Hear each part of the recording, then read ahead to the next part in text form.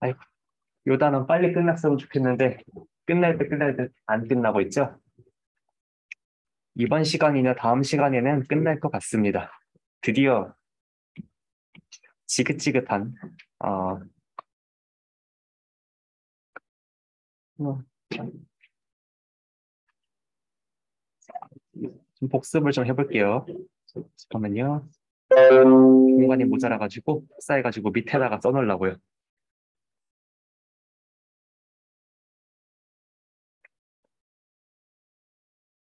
자, 11월 11월 10일. 숙제는 다음 주 목요일 가지고요. 지금쯤 됐으면 한 번쯤은 제시문을 다 보셨겠죠? 그쵸? 11월 10일 수업. 지난 시간에 뭐 했냐면요. 우리는 이론적으로 봤을 때 피 차원 샘플의 n개고 변수 개수가 p개인 자료 행렬이 주어지면은 나는 새로운 변수, 그러니까 주성분 분석을 이용하면은 새로운 주성분 최대 p개까지 변수 개수만큼 만들 수 있습니다. 그렇지만 우리의 목적은 주성분 분석을 해서 내가 새롭게 정의한 저기 빨간 컬럼들을 다 쓰는 것이 아니라 빨간 컬럼 중에 맨 처음 몇 개만 뽑아다가 나의 새로운 자료 행렬로 예를 들어서 좌측의 자료 행렬을 내가 임포트하고 나면은 내가 다시 CSV로 엑스포트 할 거는 맨 처음 Q의 주성분만 쏙 뽑아가지고 write.csv라고 내보내서 딴 분석에다가 써먹을 겁니다. 그러면은 내가 몇 개의 주성분만 선택할 것이냐? 물론 상황에 따라서 어, 내가 좀 주관적으로 고르는 부분은 있겠지만 감안할 수 있는 지표 중에 하나가 분산 설명 비율이었죠. 자, 분산 설명 비율은 x1부터 xp까지의 각각의 표본 분산의 합이 분모로 들어가고 내가 처음 Q개 주성분을 골랐을 때 각각의 그 분산의 합이 분자로 들어가죠.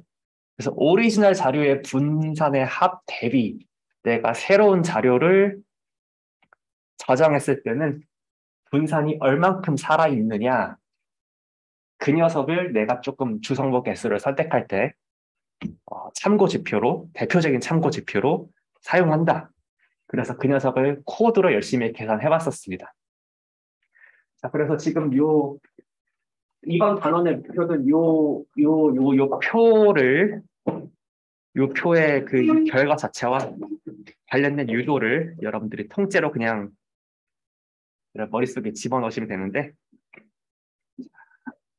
새로운 용어 중에 등장한 게 분산 설명 비율이 있었죠? 첫 휴게 주성분의 분산 설명 비율. 이거 판서 보여요? 뒤에 계신 분들 보여요? 오케이. 그다음에 또 영어로도 그냥 분산 설명 비율은 영어로 분산 설명 비율입니다. proportion of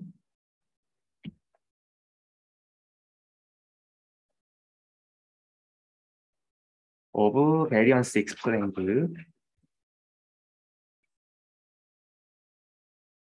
그래서 뭐 이렇게 영어 리터러처를 보면은 PVE 줄여서 PV라고 많이 불러요.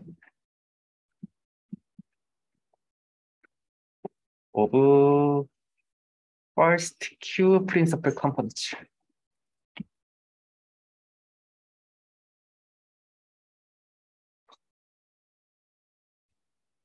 그다음에 그 녀석의 정의가 뭐였어요? 자, 정의는 자료 변환 전에 좀 확대해서 쓸까요?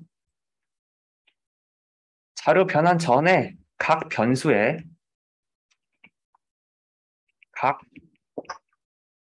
그 각 변수의 합, 각 변수의 표본 분산의 합, 그다음에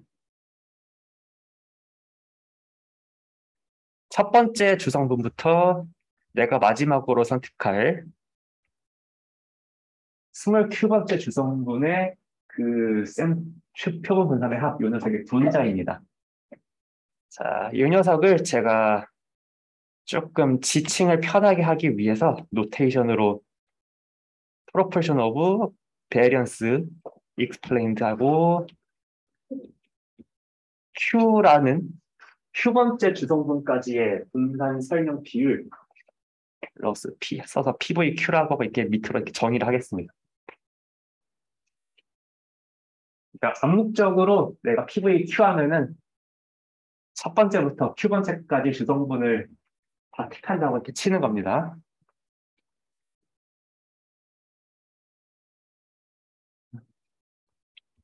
그러면은 이제 요 녀석을 요 proportion of variance explained를 분산 설명 비율을 우리가 한 가지 방법으로만 계산하지 않았죠? R 패키지에서 PRComp 함수를 딱 엔터를 치고 그 녀석의 요 결과로 나오는 오브젝트 중에 요 분산 설명하는 비율을 주성분 번호에 따라서 누적시킨 것들이 있었고 근데 그 PRComp 함수 결과를 우리가 고지것대로 가져다 쓴 건 아니고 공분산 행렬의 아이겐밸리티 컴포지션을 이용해도 분산 설명 비율을 왠지 계산할 수 있었죠. 그다음에 자료 행렬의 싱귤러빌리티 컴포지션을 해서도 이 녀석을 계산할 수 있었던 것 같습니다. 자, 자세한 거는 지난 시간에 그 강의 R 코드를 인터넷에 스노보드에 올라와 있는 거를 확인하시면 되고요. 지금 여기서는 왜 그렇게 나오지? 하고서 한번 정리를 해보겠습니다. 우리가 코드로 확인한 게 뭐였어요?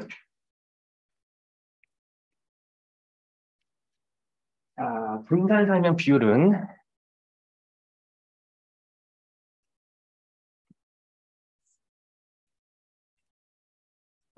표본 공분산 행렬의 고유값을 내림차순으로 나열해서 람다1부터 람다 p까지로 썼을 때 분모가 람다 p까지 그다음에 분차가 람다 q까지 였고 그다음에 where 람다1부터 람다 p는 잠깐만요.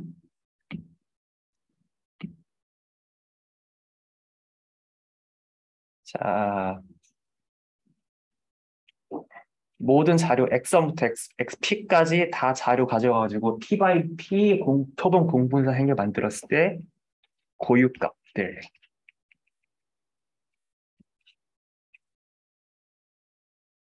보통 내가 어떤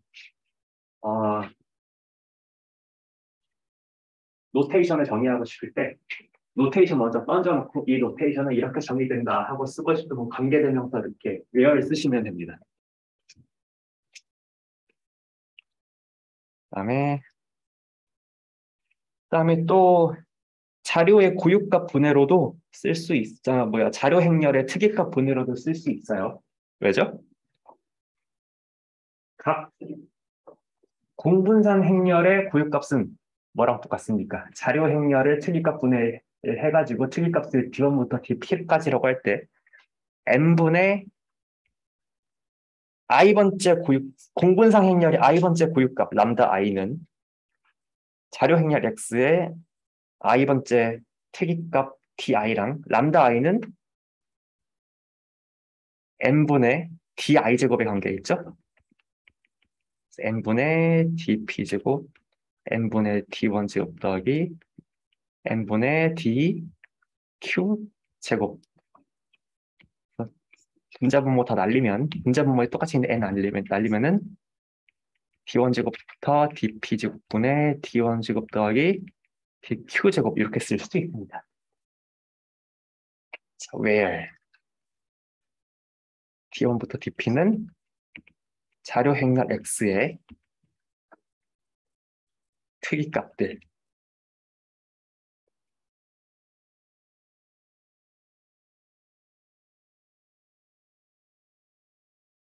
아,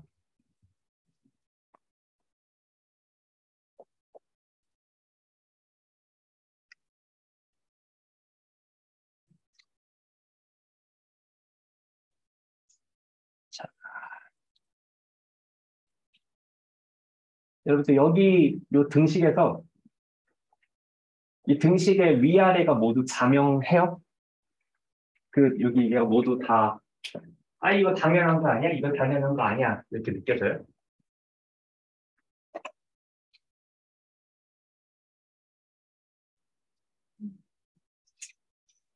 분자는 뭐 조금 이제 좀 당연하게 여겨지실 수도 있을 거예요. 왜냐면은 각 i번, 각 q번, 각 j번째 그 프린시플 컴포넌트의 베리언스는 위에서 우리가 성질 유도할 때 n분의 dj 제곱이었잖아요. 각각.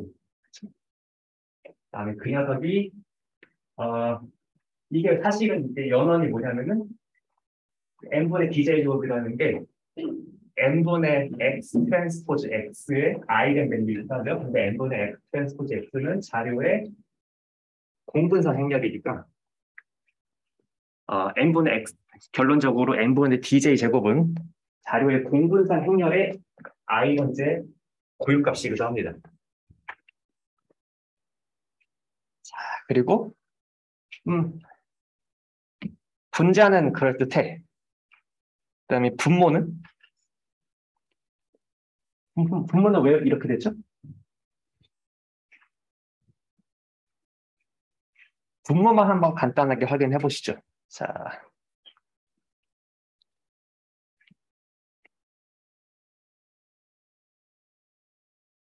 자, 각 변수의 표본 분산의 합.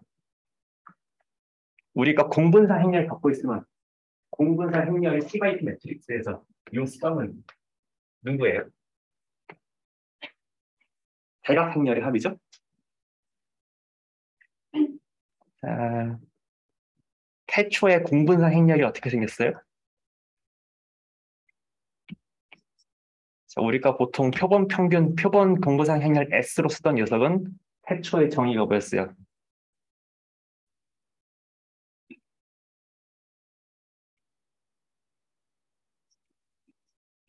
각 변수별 표본 분산에 다 대각선, 대각행렬이고 대각성분이고 그다음에 여기 대각성분 바깥에 있는 거는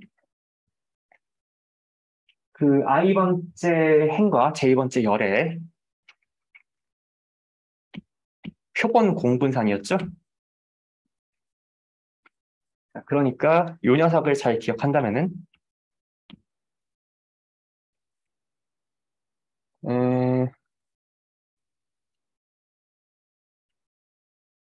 이렇게 쓰겠습니다. 어떤 행렬의 대각성분의 합, 어떤 행렬의 대각성분의 합을 지칭하는 오퍼레이터가 있었죠. 연산자가 있었죠. 트레이스죠. 그래서 어, 자, 얘를 여러분 여기 X로 써도 되고 저는 조금 더 정확하게 X1부터 XP까지라는 그 자료 그 확률 변수의 샘플 코브런스 매트릭스를 지칭하기 위해서 이렇게 한번 써보겠습니다.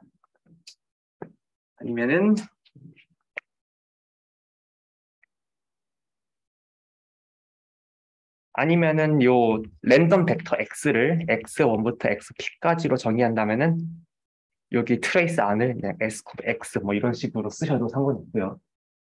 자, 어쨌건 제가 앞으로 할 거는 이겁니다. 자, S의 아이겐밸류 디컴포지션을 이렇게 쓸까요?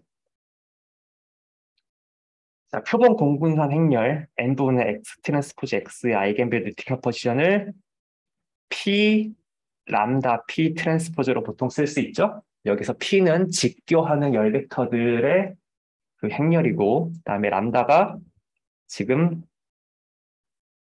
다이어고널 람다 1부터 람다 p까지 들어있죠. 그러면은 이래서 여기 집어넣으면은 트레이스 P 람다 P 트랜스포즈. 자, 그런데 우리가 뭘 알고 있어요? 트레이스 안에서는 물론 행렬 곱이 뒤집어서도 정리가 잘 된다면은 트레이스 안에서는 행렬 곱을 뒤집을 수가 있죠. 그래서 P 트랜스포즈 P 람다 뭐만 남아요? 얘가 지금 P가 직규 행렬이니까 P 트랜스포즈 P가 항등 행렬이죠. 남는 거는 트레이스 람다. 아이고, 트레이스 람다가 누구예요? 람다 지금 대각 행렬이죠. 고유값이에요. 대각 행렬. 대각 행렬에서 대각 행렬의 대각 성분의 썸만 구하래. 누굽니까? 람다 1부터 람다 P죠?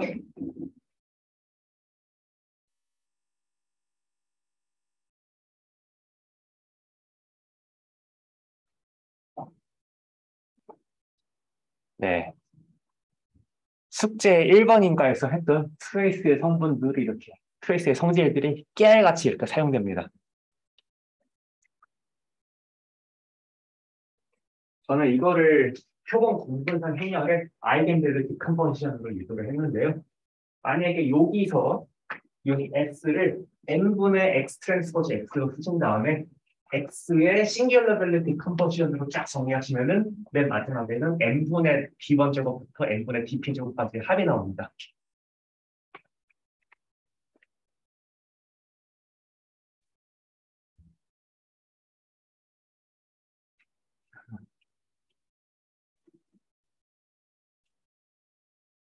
코드로 확인했던 사항들을 수식으로 한번 증명해봤습니다. 그다음에 오늘은 제가 R 커맨드를 켜지는 않으려고 해요. 대신에 요 녀석들을 눈으로 확인시켜주는 분산 설명 비율을 눈으로 확인시켜주는 코드들이 약간 있습니다. 슬라이드 25페이지에서는 우리가 확인했던 이 PCA 오브젝트의 서머리를 찍어보면은 이제 분산 설명 비율 같은 게 지금 여기 나와 있는 걸 보실 수 있고요. 그다음에 이 분산 설명 비율을 여기서는 프린시플 컴포넌트별로 지금 설명을 하고 쓰고 있고, 그다음에 어디 보자.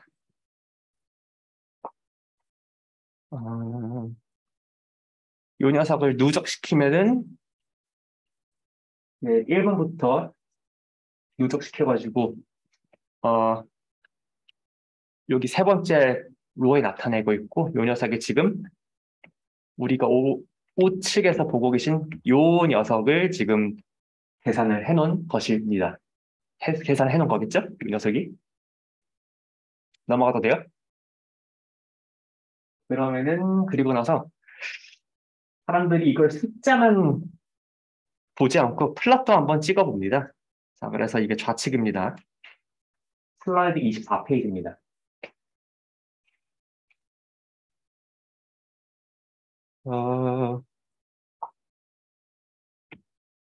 여기서 슬라이드 24페이지는 지금 가로축이 다 1번, 2번, 3번, 4번이고 PC1의 분산, PC2의 분산, PC3의 분산, PC4의 분산 이렇게 그려놓고 있어요. 뭐 여기 전체 여기가 만약에 세로축이 세로1으로 자료의 총 분산이 1이라면은 요 지금 이 분산 설명 비율 0.7, 0.2, 0.03, 0.006이 여기 지금 Y축에 0.7, 0.2, 0.03, 0.006 이렇게 설정이 되어 있는 거고요.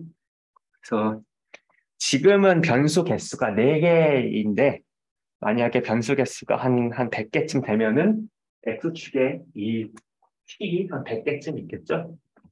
100개쯤 있겠고 그래서 주성분마다 분산 설명 비율이 몇 %씩 되는지 상대적인 점유 비율이 어떻게 되는지 한눈에 이렇게 그림을 그려서 파악하는 경우가 많습니다. 그래서 이름도 있습니다. 자, 지금 슬라이드 24페이지에서 보시는 그림은 스크립플롯이라는 이름이 붙어 있습니다. 사람들이 스크립플롯이라고 불러요. 가로축은 주성분 번호, Y축은 각 주성분들의 분산 또는 각 주성분에 한정된 분산 설명 비율. 이거를 그리려면은 가로축은 주성분 번호, 세로축은 람다1, 람다2, 람다3, 람다4, 람다5 이렇게 Y축에 찍으면은 스크립플롯이 되고요. 그다음에 사람들은 스크립플롯을 보고 보통 어떤 생각을 하느냐? 자, 어떤 변수에 대해서는, 아니, 어떤 자료에 대해서는 스크립플롯을 그려봤더니 가상의 시나리오예요. 한 5개의 주성분까지는 분산 설명 비율이 높아. 근데 갑자기 6번째 주성분부터 확 떨어져. 그러면 왠지 이런 생각을 할 수 있죠. 6번째부터는 분산 설명 비율이 낮구나. 그러니까 나는 처음 5개까지의 주성분을 택해가지고 엑스포트 할 거야. 난 이걸 다음 분석에 써먹을 거야. 이런 생각을 할 수도 있고요. 그다음에 대부분의 자료는 이렇게 이쁘게 생기지 않았습니다. 대부분의 자료는 아주 스무스하게 쫙 떨어집니다. 이런 거는 좀 난감하죠. 그냥 현실 세계의 자료는 참 더럽구나 하는 생각을 하게끔 하면서 만약에 이런 자료를 보신다면은 어떤 정성적인 기준이 있다기보다는 이쯤에서는 나의 그 전략적인 판단이 필요합니다. 나는 내 컴퓨터는 아니면은 일단은 묻지도 따지지도 말고 한 50개만 택해서 다음 분석에 써보자 하고서 이제 풀 파이프라인을 다 만드신 다음에 이제 반성을 할 때 내가 주성분을 100개를 뽑았어야 되나 하는 생각을 하면서 결과 만점은 이번에 주성분을 100개를 써보고 다음 주는 200개를 써보고 그래서 그 연구 과정 아니면은 분석 과정 자체는 전체 어떤 파이프라인을 계속 반성을 하면서 나의 그 세부적인 분석 요소들을 이렇게도 바꿔보고 저렇게도 바꿔보는 어떤 경험적인 시행착오의 반복적인 시퀀스일 텐데요. 만약에 이런 걸 보신다 그러면은 여러분들은 시행착오를 좀 각오하시는 게 필요할 수도 있겠습니다.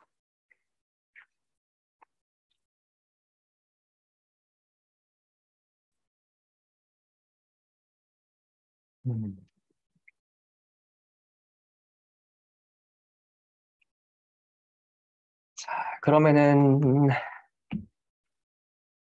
통계학에서는 뭘 할까요? 자,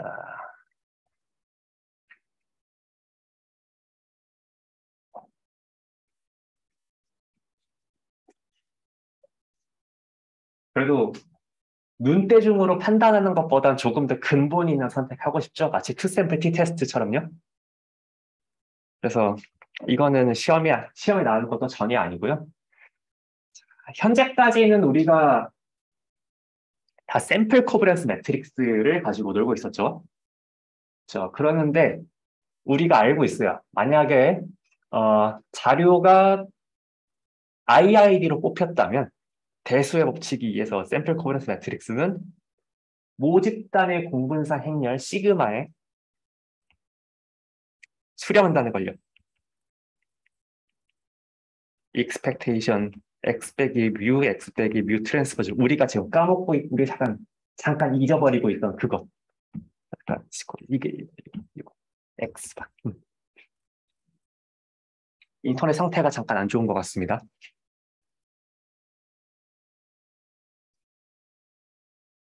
약간 이건 통계적으로 알려진 사실인데요. 요 샘플 코버런스 매트릭스의 아이겐 밸류가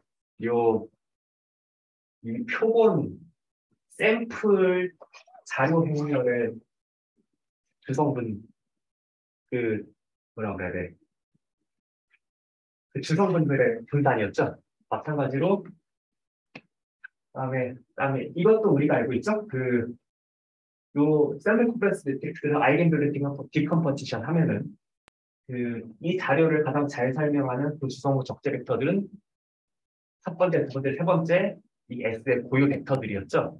그래서 n이 무한대로 가면은 만약에 모집단에서의 주성분 적재 벡터와 다음 주성분 적재 벡터들의 분산 설명 비율이 있다고 하면은 이 표본에서 뽑은 것들이 다 모집단에서의 그 주성분 적재 벡터와 분산 설명 비율로 다 수렴하거든요.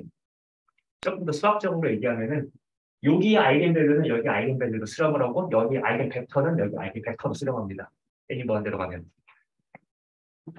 그러면은 이런 거 한번 생각해 볼 수 있죠? 자, 시그마의 아이겐 밸류들을 시그마의 고유값들을 감마 1부터 감마 p까지라고 한번 생각해 봐요. 그다음에 요 중간에 q 번째 껴 있어 가지고 감마 q 하나 고정해서 있다고 칩시다. 그러면 통계적으로 좀 관심 있는 게 뭐냐? 요 작은 아이겐 밸류가 이 샘플 코브런스 매트릭스의 이 작은 아이겐 밸류가 진짜로 그 신호냐 잡음이냐를 좀 구분해 하고 싶어요. 그래서 좀 관심 있는 사람 한 사람이 관심 있어 하는 게 갑자기 널 하이파서시스 등장하죠. 규모가 별로 람다 큐는 제로 이런 거 한번 테스트하고 싶습니다. 관심 있어 할 법하죠? 아니면은 이런 것도 테스트합니다. H0는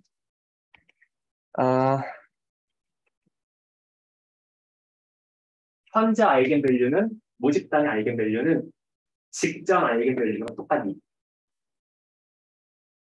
이걸 물어보는 이유는 이런 어떤 아이겐밸류 트렌드에서 이런 체인지 이런 이렇게 떨어지는 거를 디텍트하기 위함이고요. 요 규모가설은 요 스크립플란에서 갑자기 아이겐밸류가 뚝 떨어지는 거를 진짜 통계적으로 유의한지 테스트하기 위함이고요. 그다음에 위에 있는 규모가설은 이 X축에 붙어있는 자잘한 그 분산 설명 비율이 이게 잡음인지 신호인지 구분하고 싶어서 이걸 테스트를 합니다.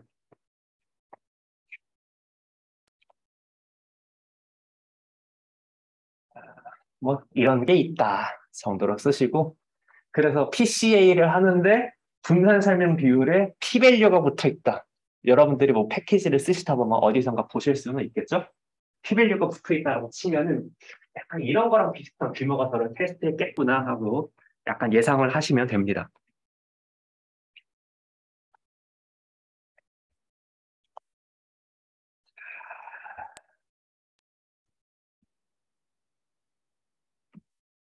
요거는 이제 아이고 이제 작게 만들고 다음 거 하겠습니다. 자, 우리가 어디까지 왔냐면요.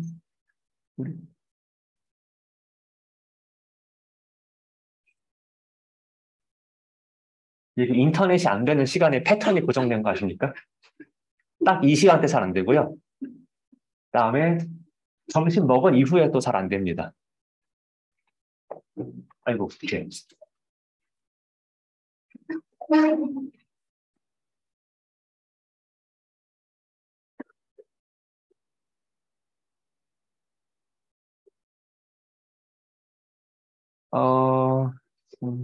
제가 화면에 올려가지고 지금 뭘 보여드리려고 하냐면,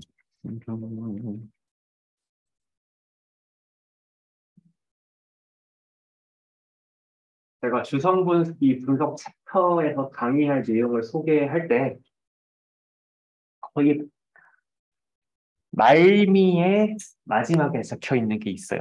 잠깐만. 오늘따라 되게 안 뜨네요. 일단 거의 마지막까지 왔습니다. 주성분 배수의 선택과 분산 설명 비율 여기까지 저희가 했고요.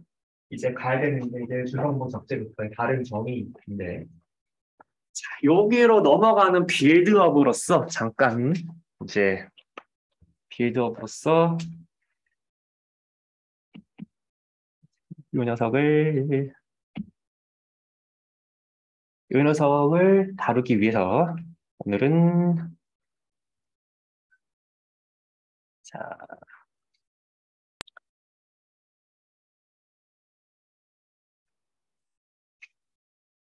일단 이 질문부터 시작하겠습니다. 음,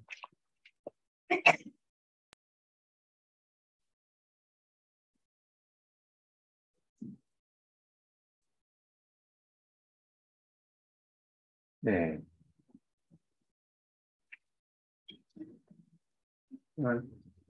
이 얘기는 빨리 하고 넘어가고 싶으니까 미리 여기 화면에다 써야지. 잠깐만. 네, 잠깐. 아마 유튜브에도 이 정도는 보이리라고 믿어요. 여러분 유튜브 보실 때 제 얼굴 나온 여기 화면 좀 보였나요? 어, 조금 더 크게 쓰면은 보일 겁니다.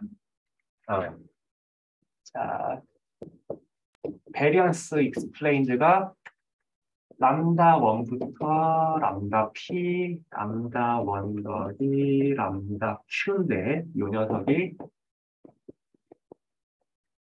사실 1에서 나머지 아이겐밸류들을 더 뺀 거겠죠? 그다음에 이 녀석이 빼고 오늘의 관심사 이겁니다. 지난 시간에 잠깐 티저로 예고편으로 날렸던 예고편으로 소개했던 게 요게 사실은 서메이션 i는 1부터 n까지 각 자료의 그 자료의 유클리드 놈 있잖아요. 놈 있잖아요. 그 유클리드 놈 제곱 그러니까 자료들의 전체 크기의 제곱분의 그다음에 내가 주성분 Q개만 선택한다는 거는 각 주성분 적재 벡터가 있으니까 PC1 잠깐만 쓰고 주성분 Q개만 선택한다는 거는 내가 xi 대신에 xi 햇이라는 자료를 대신 저장한다는 건데 여기서 xi 햇은 어떻게 정의되냐면은 보이나? 보이고 있어요. i번째 성분에 대한 i번째 자료에 대한 첫 번째 주성분 곱하기 첫 번째 주성분 적대 벡터 i번째 레코드의 두 번째 주성 곱하기 두 번째 주성분 적재 벡터 더하기 어디까지만 택하는 거냐면은 내가 휴게 주성분만 택한다는 거는 일단 자료의 관점에서 보면은 PC1부터 PCQ까지만 컬럼 잘라가지고 저장하는 거고 그게 기하학적으로 갖는 의미는 주성분 적재 벡터와 그 주성분 값의 그 성형 결합이 있어서는 휴게까지만 택하고 나는 얘만 쓰겠다는 거예요. 그래서 XI를 버리고 XI 대신 요 녀석만 가지고 내가 앞으로 살겠다고 다짐을 할 때, 내가 요 둘의 차이는 내가 잃어버리는 정보의 양이 되겠죠? XI, 각 XI에 대해서 정보 양으로 볼 수 있겠죠? 그래서 내가 원래 갖고 있던 정보의 양에 대해서 내가 잃어버리는 정보의 양을 전체에서 뺐을 때 남는 게 그 분산 설명 비율과 똑같다고 했습니다. 요 물음표에 대한 대답을 오늘 이 물음표에 대한 대답을 포함해서 우리가 도대체 자료에 대해서 무슨 짓을 하고 있는지에 대해서 총체적으로 이해하는 게 이 기하학적인 공간 위에서 총체적으로 이해하는 게 오늘의 미션입니다. 자, 잠깐만. 자, 참. 나중에 필기하시려면 이거 지금 일시정지 누르고 필기하시면 되고요. 자, 다시 돌아와서.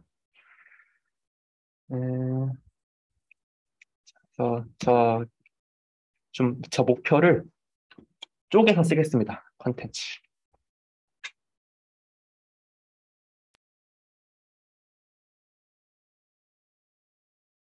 컨텐츠. 자, 첫 번째. 내적, 각도, 수직, 스팬, 정사형. 자,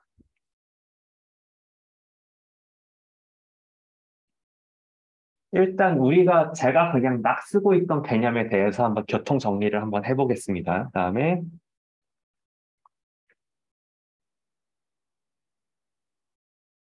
그다음에 어, 아까 적은 거 PVEQ는 1 마이너스 서메이션 in부터 n까지 xi의 제곱 서메이션 in부터 n까지 xi 빼기 xi 햇 제곱 증명. 그다음에 아이고 쏘리 이걸 3번으로 할게요. 2번 노테이션 정의 나중에 하겠습니다. 일단 적으세요. 프로젝션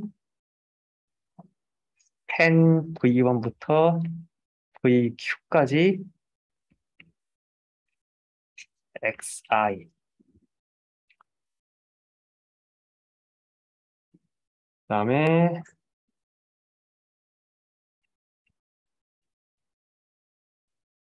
주성부 적재 벡터의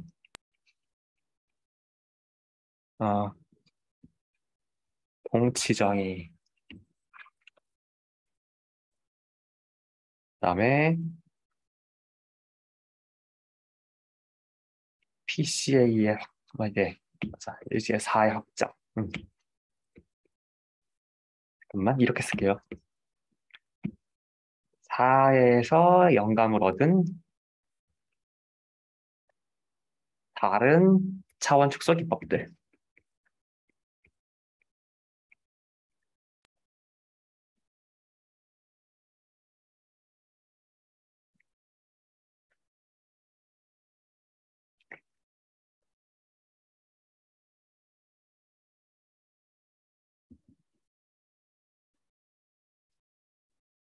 그다음에 제가 은연중에 제가 너무 당연하게 생각하고 암묵적으로 생략한 말이 하나 있습니다. 우리는 늘 평균 벡터가 0인 세상에서 지금 다 쓰고 있는 겁니다. 나는 자료를 이미 다 중심화를 시켜서 나의 모든 자료의 모든 그 점들은 자료의 점들을 다 평균을 내면 언제나 원점인 세상에서 지금 제가 얘기를 하고 있는 겁니다.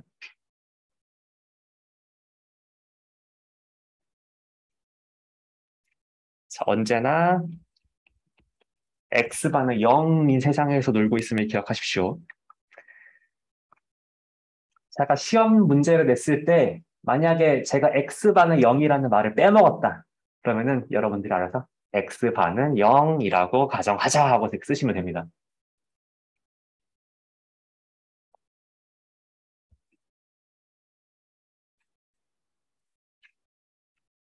자, 1번부터 쓰겠습니다. 내적, 각도, 수직, 스팬 정사형. 잠깐만 선형대소 시간을 복습하겠습니다. 음, 자, 그, 여러분, 그 두 벡터 간에 이루는 각도와 두 벡터의 내적 간의 관계, 통계 수학이나 아니면은 1학년 그 대학 수학에서 공부하신 적 있죠? 어떤 관계 있죠? 두 벡터가 이루는 각도와 두 벡터의 내적 간의 관계.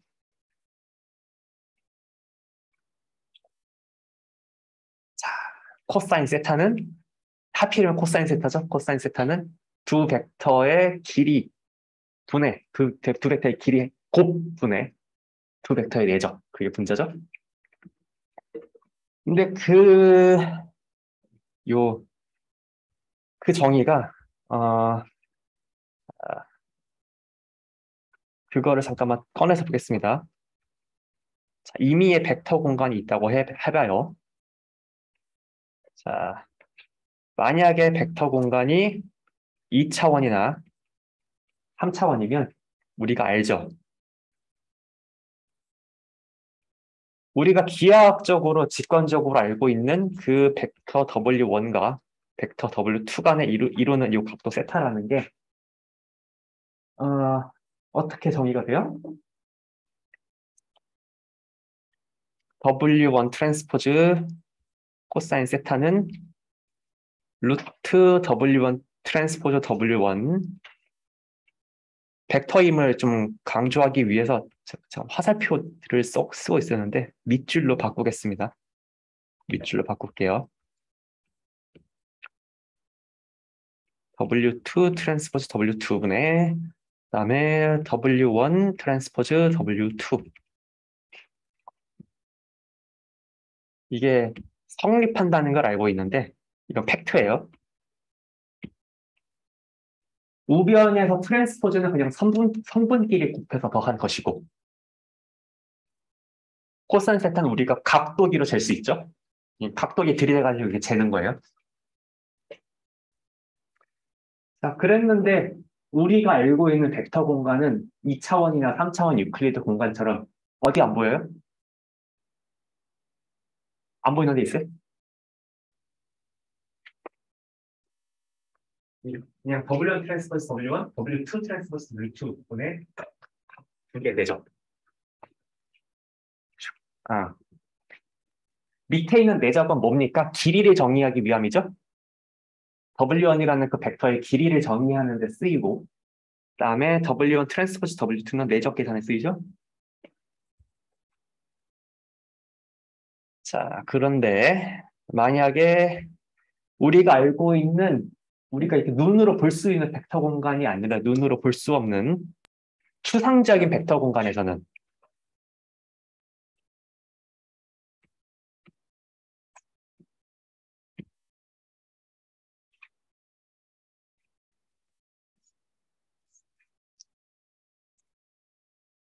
어떻게 합니까? 잠깐만 이것 좀 볼게요.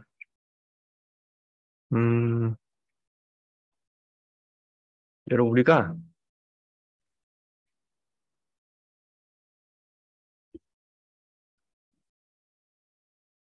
혹시 벡터 공간의 정의를 보신 적이 있나요?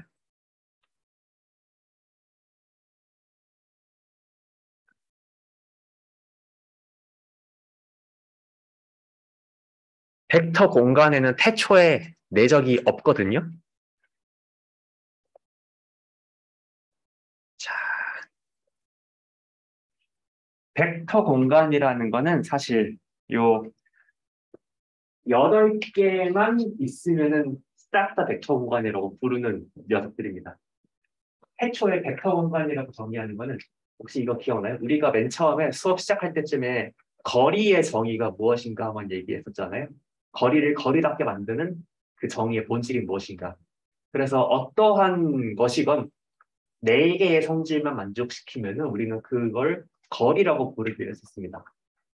마찬가지로 어떤 이게 다 삶을 불편하게 만들기 위해서 그런 게 아니라 어, 이 학문의 기초는 거의 모두 마찬가지인데 뭐 인문학 쪽이면 철학이 그렇겠고 어떤 우리가 지칭하고 싶은 현상에서 군더더기를 빼고 진짜로 본질적인 게 무엇인가를 탐구하고자 할 때 우리가 벡터라는 개념에 대해서 쓰고 싶은 성질들이 있다고 할 때 다른 건 다 필요 없고 우리가 이것만 다 받아들이면은 나머지들은 다 이걸로 유도할 수 있다고 칠 때 그럼 그 본질적으로 우리한테 필요한 약속이 무엇이냐? 이 8개입니다. 이 8개를 구성하는 요소는 벡터에 대해서는 사실은 원래 덧셈과 상수곱밖에 없어요. 그래서 원래 주어진 벡터 공간은 내적이라는 게 없는 세상입니다. 여기까지 오케이? 유클리드 공간은 당연히 벡터 공간이고요. 그다음에 이 8개를 만족시키는 공간은 생각보다 많습니다. 함수 fx들의 공간, 내적 공간, 아니 뭐야, 벡터 공간 되고요. 그다음에 매트릭스들의 공간, 내적 공간 되고요. 그다음에 웬만한 뭐 다른 것도 벡터 공간들이 많은데 제가 이 말을 왜 하냐면은 쏘리. 벡터 공간이 가장 그 넓은 개념이고 여러분들의 이 벡터 8개 정의만 있으면은 그 안에서 정의할 수 있는 게 저희가 얘기했었던 뭐 기저, 베이시스, 그다음에 어디 갔어? 베이시스, 그다음에 리니어 인디펜던트, 선형 독립. 그다음에 스팬. 요 세 개의 개념이 가장 이 추상적 벡터 공간에서도 얘기할 수 있는 개념입니다. 자, 그러면은 우리가 벡터에 대해서 각도, 길이, 이런 각도나 길이나 수직 이런 거 다 기하학적인 어떤 성질들이죠. 기하학은 모두 어디서 오냐면 내적에서 옵니다.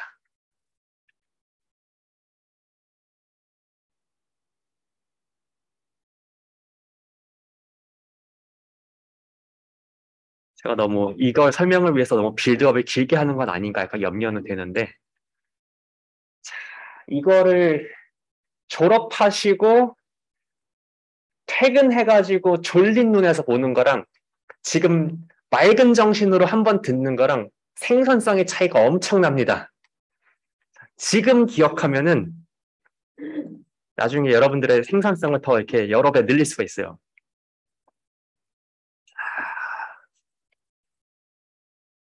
벡터 공간 위에서 깊숙이 설명하진 않을게요.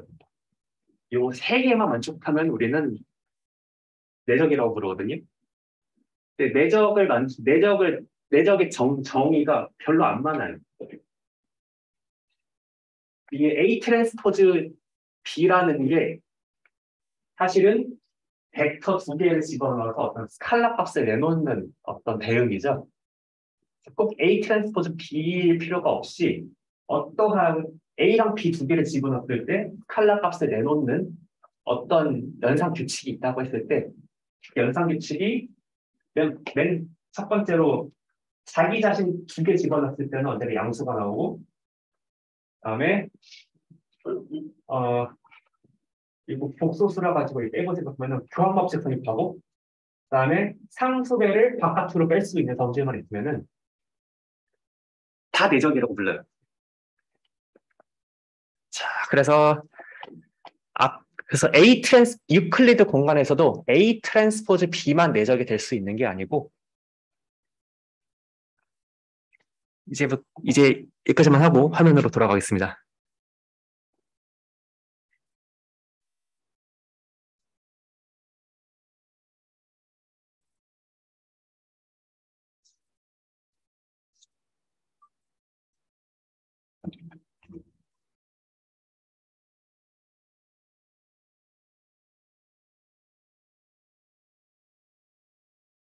일단 V 위에서 내적 W 두 벡터의 내적 뭐 이렇게 W, V가 정의됐다 치자. 자, 내적의 뭐 자세한 세 가지 정의를 우리가 지금 현 시점에서 기억할 필요는 없는데, 거리가 한 공간 위의 거리를 여러 가지 방식으로 정의할 수 있는 것처럼 내적이라는 것 또한 여러 가지 방식으로 정의할 수 있다는 것을 기억해 주셨으면 좋겠습니다. 그러면은 그래서 대표적으로 이거는 뭐 기억해두면 좋으니까, 자, 우리가 대표적으로 알고 있는 뭐 이렇게 내적이 뭐예요? A 트랜스포즈 B 있고요. 그다음에 만약에 두 벡터 A, B에 대해서 A 트랜스포즈 어떤 양정치 행렬 A가 있어서 A 트랜스포즈 라지 A, B라고 해도 이 녀석은 내적의 세 가지 정의를 다 만족시킵니다. 만약에 A가 양정치 행렬이 되는.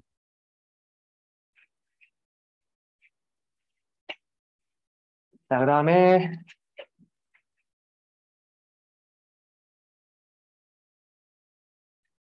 우리가 유클리드만 갖고 놀려고 이렇게 추상적으로 힘들게 사는 거 아니거든요. 다 뭔가 이 여러 가지 도메인에서 다 통하는 게 있기 때문에 공통중의 특성을 쫙 뽑아내가지고 이렇게 추상적으로 정의를 한 건데, 이거 어디선가 보셨을 겁니다. 자, 두 함수 또한 벡터라고 볼 수 있거든요. 그냥 어떤 공간에서 실수값으로 대응이 되는 함수 두 개를 벡터 원수를 뽑아가지고 두 개의 내적을 정의한다고 했을 때 스탠다드하게 fx, gx, dx. 많이 봤죠? 그러니까 이 적분은 누구든지 할 수 있죠? 곱해가지고 적분하는 것도 그 내적의 상공리를 만족시키고요. 그다음에 아니면은 fx, gx, 그다음에 어떤 양의 함수 p가 있어가지고 0보다 큰 같은 함수 p가 있어가지고 fx, gx, px, dx 웨이트를 붙여서 곱해서 내적을 하는 것도 다 곱해서 적분을 하는 것도 다 내적의 정의를 만족을 시켜요.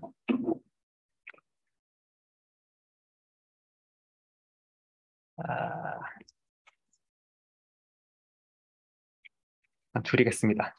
이렇게 내적은 다양하게 정의할 수 있다는 거. 그러면은 거기서 어떻게 할 거냐? 자, 정의. 벡터 u 잠깐만요. w, v 간의 각도.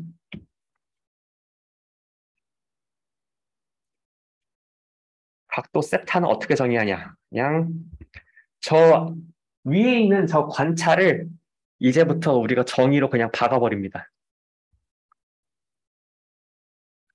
루트 w 자신의 내적 루트 v 자신의 내적분의 그 자기 그다음에 둘 간의 내적 이거를 두 벡터 간의 코사인 섹터로 정의를 하고요. 그다음에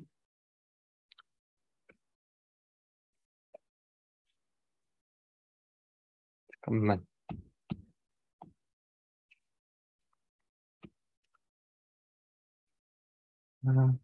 데피니션이라는 이 말을 위로 올리는 게 낫겠어. 데피니션. 자, 일단 내적이 정의된 벡터 공간에 대해서 각도는 우리가 알고 있는 그 상식으로 정의를 하고요. 임의의 벡터 W의 길이는 어떻게 정의하느냐? 자기가 자신과 자기 자신 간의 내적의 스퀘어를 이렇게 정의를 하고요.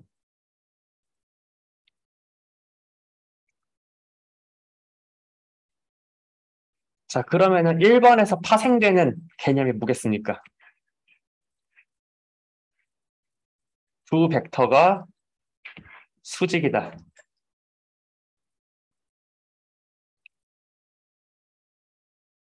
수직이라는 건 두 벡터가 이루는 각도가 0이라는 거잖아요.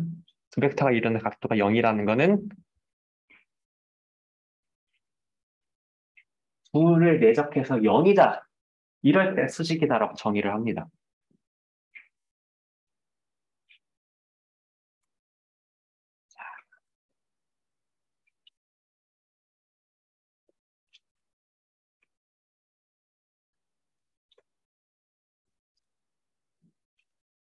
자, 태초에 내적을 정의하면 내적으로부터 길이, 각도, 수직이 다 나오는 겁니다.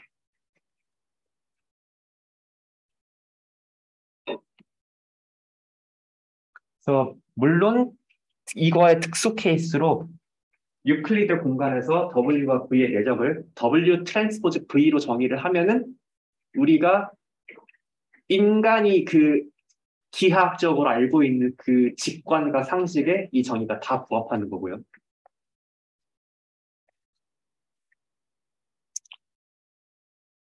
이 얘기를 왜 하려고 하냐면은 앞으로 제가 정사형 개념을 정의하고 싶어서 그렇습니다. 제가 이 PCA 하면서 정사형 얘기를 엄청 많이 했죠. 정사형의 정의가 뭐였죠? 어디서 어느 선형 공간으로 수선해발을 딱 내렸을 때 여기 요 빛으로 딱 비쳤을 때 요 평면에 비춰진 이 그림자 이 녀석을 우리는 기하학적으로 직관적으로 정사형이라고 정의를 했었는데 자 지금부터 할 거는 정사형의 모든 그 우리가 당연하게 생각하는 모든 걸 다 걷어내고 이 공리의 세계에서 다시 건설한 정사형의 정의입니다. 자, 지금 이제 길이 개념 정의됐으니까 단위 벡터 논할 수 있죠? 그다음에 수직 개념 정의했으니까 두 벡터들이 수직이다 이런 얘기 할 수 있죠? 자, 임의의 벡터 X, 벡터 공간, 이건 내적이 정의된 벡터 공간에서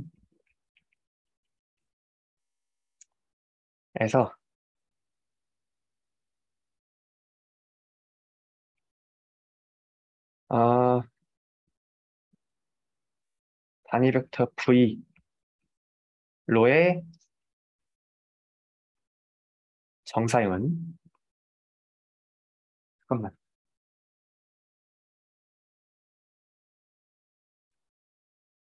음,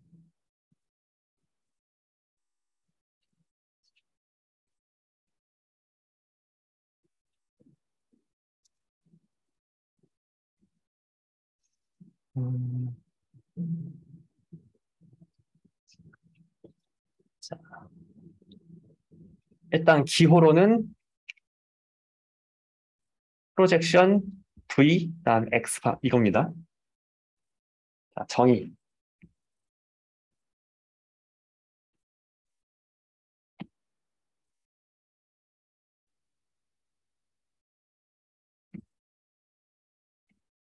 정사형은 이 형질을 만족하면 정사형이라고 부릅니다.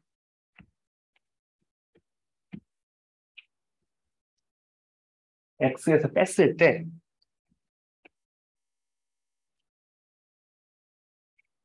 자기 자신과 내적했을 때 빵이 되면은 우리는 정사형이라고 부릅니다. 왜죠? 이 정의가 왜 합당할까요? 자, V 방향으로 뭐 벡터가 있어요. 여기로 지금 X 방향이 딱 정의가 돼 있어요. 우리가 직관적으로 생각할 때 정사형의 정사형 닿으려면은 지금 요 녀석이 지금 우리가 정의하고 싶은 요 정사형이라는 녀석이죠. 그러면은 정사형을 만족시켜야 되는 거는 저 수선의 발까지만 이렇게 벡터가 뻗어 있어야 돼. 그러면은 저기에 만족시키는 성질이 무엇일까를 잘 생각해 보면은 자, 지금 제가 녹색으로 쓴 것이 X 바 빼기 프로젝션 VX 바겠죠? 만약에 파란색의 정사형이라면은 파란색과 연두색은 무조건 수직이어야 됩니다. 여기까지 동의해요? 그러니까 내색에서 빵이어야지. 그다음에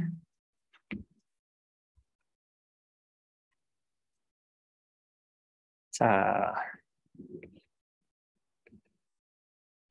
이걸 어렵지 않게 증명하실 수 있습니다.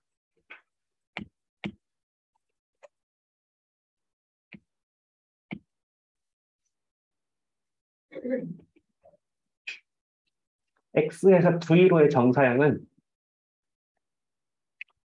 자, 일단은 X에서 V를 정사형을 서술하려면은 지금 이게 이 파란색 벡터는 V의 어떤 상수곱이겠죠?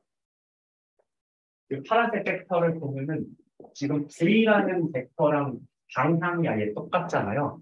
길이만 다르잖아요. 그러니까 이 파란색 벡터는 V라는 벡터의 상수배일 건데 요 자음을 착안해가지고 이 상수 C가 뭔지만 쏙 집어넣어가지고 이 상수 C를 계산해 볼 수 있죠. 계산하면 뭐가 나오냐면 자, 이거 다 V가 단위 벡터일 때 이야기입니다. X, X랑 V의 내적 곱하기 V입니다.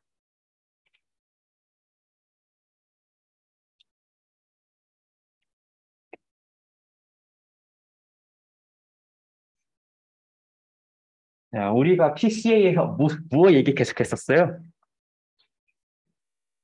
아, 자료가 쫙 있어. 첫 번째, Q 번째 주성모 적재 벡터 구했어. 저기서 이 주성모 적재 벡터로 정사한 거는 X 트랜스포즈 VQ 곱하기 VQ라고 제가 그냥 아무런 증명 없이 얘기했었잖아요. 그게 다 여기서 온 겁니다.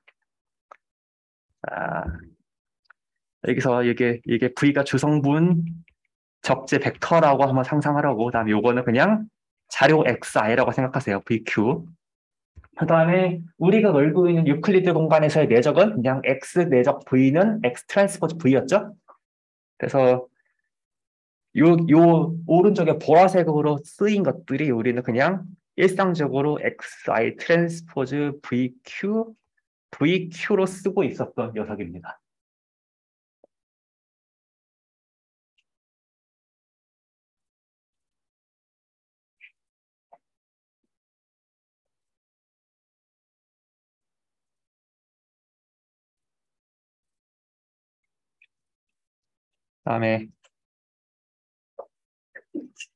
그다음에 우리는 주성분을 하나만 갖고 놀고 있는 게 아니라 주성분 여러 개를 갖고 놀고 있죠.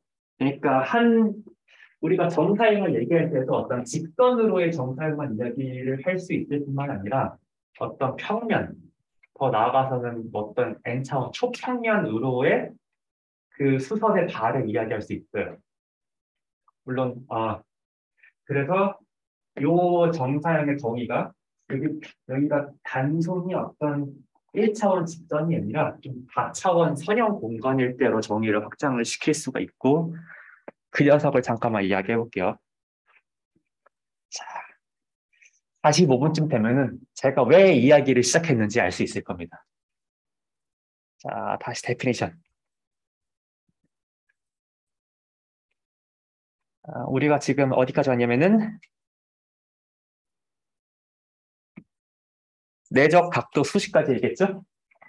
그다음에 정사형 정의하려는데 그 한 벡터로의 정사형을 이야기했고 한 직선으로의 정사형을 정의한 셈이고 다 여러 개의 그 조금 더 고차원 공간으로서의 그 정사형 이야기하려면은 스팬 개념이 필요합니다.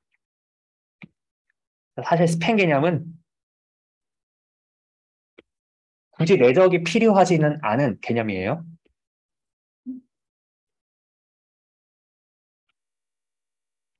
자, 그다음에 W1, W2 벡터 잠깐만요. 그냥 임의의 벡터 몇 개를 잡아와.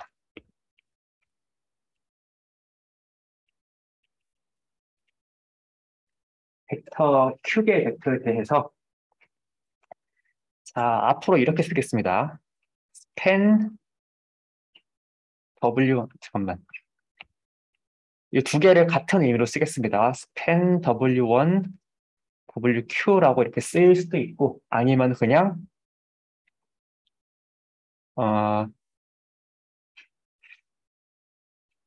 이 기호로는 쓰지 않는 게 좋을 텐데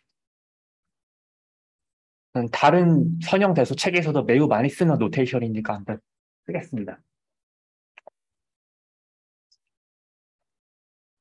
위쪽으로 쓰기도 하고 아래쪽으로 쓰기도 합니다. 아래쪽으로 쓰면은 내적이랑 약간 헷갈리죠? 내적이랑 내적 기호랑 약간 헷갈려가지고 다른 책은 안 쓰는 경우도 있는데 아무튼 뭐의 정의냐면은 자, 아무런 군더더기가 없는 벡터 공간에서도 벡터의 덧셈과 벡터의 상수배는 정의가 되어 있거든요. 그래서 덧셈과 상수배로만 싹 정의할 수 있는 개념입니다. A1 상수 C로 대입해서 C1W1 더하기 C2W2 더하기 CQWQ 자, 조건 제시법입니다. C1, C2, CQ는 리얼.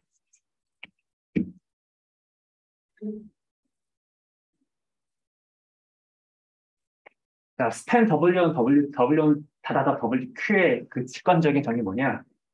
요 벡터들의 임의의 선형 결합으로 나타낼 수 있는 모든 점들을 싹 다 찍은 겁니다. 우리의 상상력에서는 이렇게 생각하시면 돼요. W1이 여기 있어. W2가 여기 있어. 그러면은 어떤 벡터 공간 위에 스팬 W1, W2라는 거는 자, 이미 요 두 개의 벡터의 임의의 선형 결합이라는 건 여기도 되고 여기도 되고 여기도 되고 여기도 다 되죠? 요 이 벡터 두 개라면 초평면 전체 자체를 스팬 W1, W2의 스팬이라고 정의를 합니다. 물론 꼭 스팬이 평면이지는 않을 수도 있어요. 예를 들어서 W1이 오른쪽에 있고 어떤 같은 직선 대상으로 W2는 W1이랑 그냥 방향만 반대인 벡터야. 그러면은 span W1, W2는 그냥 이 직선, 이 W1, W2의 임의의 선형결합이니까 W1 C1만큼 앞으로 갔다가 C1 W2만큼 뒤로 오는 거니까 그 스팬 공간이 꼭 2차원 이런 평면은 아니고 이미 직선 위에 임의의 점을 그냥 나타내는 걸 수도 있어요.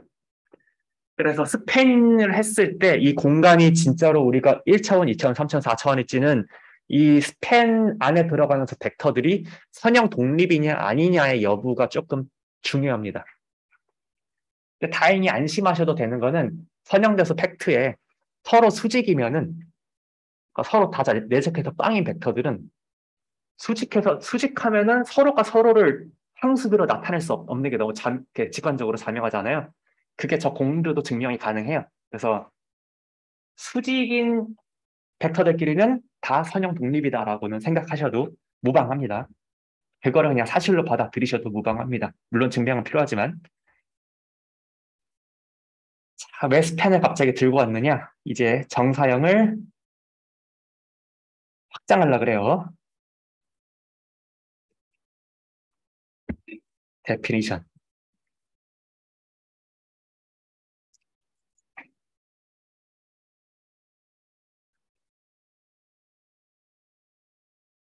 자, 어,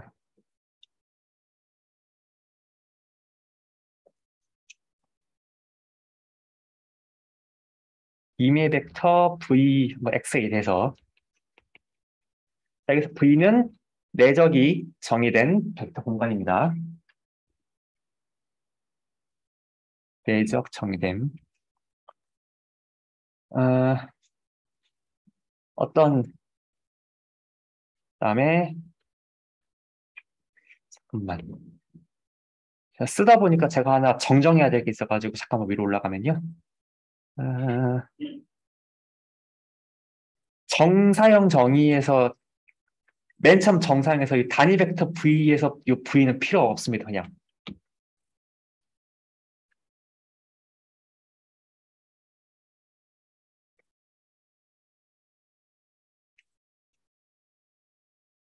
정사형 자체는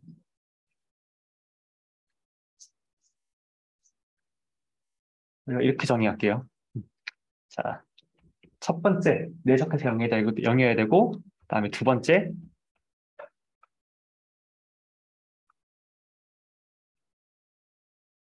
정사형은 언제나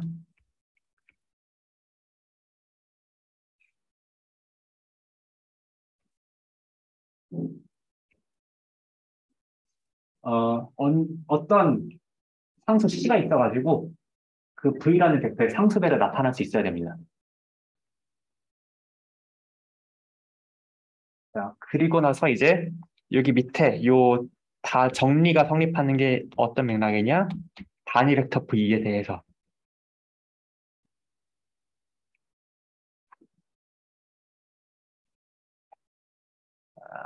잠깐만 여기 정의를 약간 고쳤어요.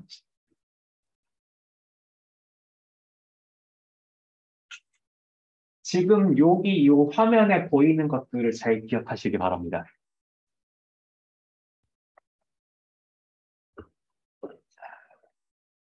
똑같이 확장할 겁니다. 내적이 저기된 공간에서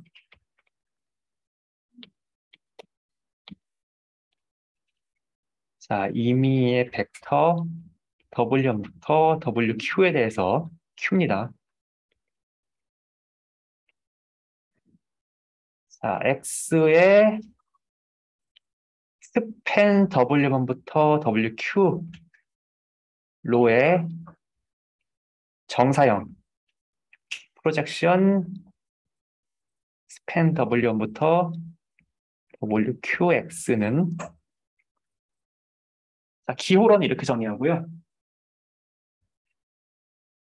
정의는 두 개를 만족시켜야 됩니다.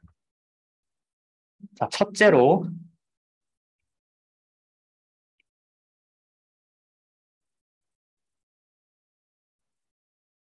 요 녀석은 W1부터 WQ가 스팬하는 공간 안에 있어야 되고요. 무슨 말입니까? 일단 정사형이라는 게 어떤 모름지기 정사형된 공간 안에 있어야 되잖아요. 그렇죠? 그 정의를 그냥 대수적으로 이렇게 정확하게 풀어 쓴 겁니다. 자, 여기가 지금 스팬 W1 분분한 WQ예요. 지금 여기서 원점에서 X 있고요. 그다음에 여기에 뭐 W1도 있고 W2도 있고 W3도 타는 세상입니다. 자, 모름지기 정사형이라면 뭘 만족해야겠어요? 여기 보라색을 정사형으로 정의하고 싶으면은 뭘 만족해야겠어? 아까처럼 X 빼기 얘 어떻게 좀 간단하게 쓸 방법 없을까? 저 임의로 잠깐만 혼동을 야기하지 않는 선에서 밑에 첨자를 잠깐만 생략하고 쓰겠습니다.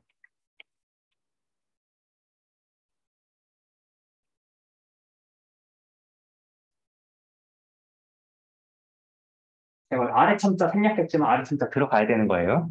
지금 시간을 좀 세이브하기 위해서 아래 첨자 생략했어요. 아까 정의랑 비교해봤을 때 잘 확장된 정의 같아요?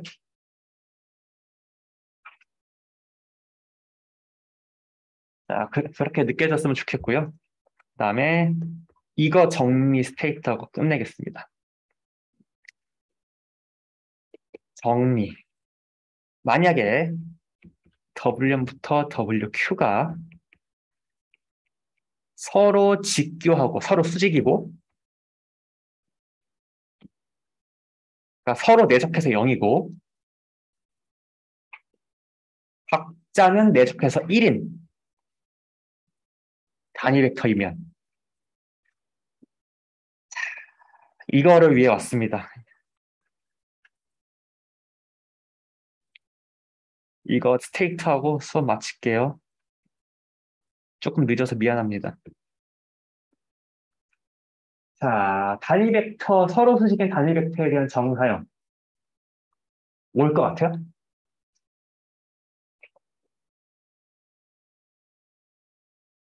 우선, 요 스팬 안에 사는 녀석이니까 W1 곱하기 상수배 더하기 W2 곱하기 상수배 더하기 WQ의 상수배에서 W8 아니에요. WQ예요. WQ 상수배에서 더한 것이어야겠죠? 더한 것일 텐데 여기에 앞에 붙어 있는 그 스칼라 계수들이 뭐게요? 자, 아까 봤던 거에 확장으로 생각하면은 아까 어떻게 1차원 단위 벡터 뭐였는지 봐봐. XW1, XW2, XWQ를 내적해가지고 다 곱 앞에 붙여주는 선형 계수를 집어넣으시면 됩니다. 누구야? 여기! 죄송합니다. 자, 그러니까 깔끔하게 우리가 주성분 분석을 해서 Q개의 주성분만 택했다. 뭐 한 거예요? 적재 벡터들이 스탠하는 공간으로 정상시킨 거 그냥 내가 택하는 겁니다. 자, 오늘의 스토리는 여기까지. 자, 다시 얘 주성분 적재 벡터가 어떻게 생각해봐요? 이거 PCI1, PCI2, PCIQ라고 생각했으니까 PCIQ들이죠. 내적이 X 트랜스포즈 W니까 우리가 놀고 있는 거는. 자, 그래서 주성분은 기하학적으로는 주성분 Q개만 택하는 거는 Q개까지의 주성분 적재 벡터가 스팬하는 공간으로의 정사형입니다. 이거로 인해서 어떤 파생 상품들이 발생하는지 다음 시간에 마지막으로 살펴보고 이젠 진짜로 주성분 분석 마치도록 하겠습니다. 수고하셨어요.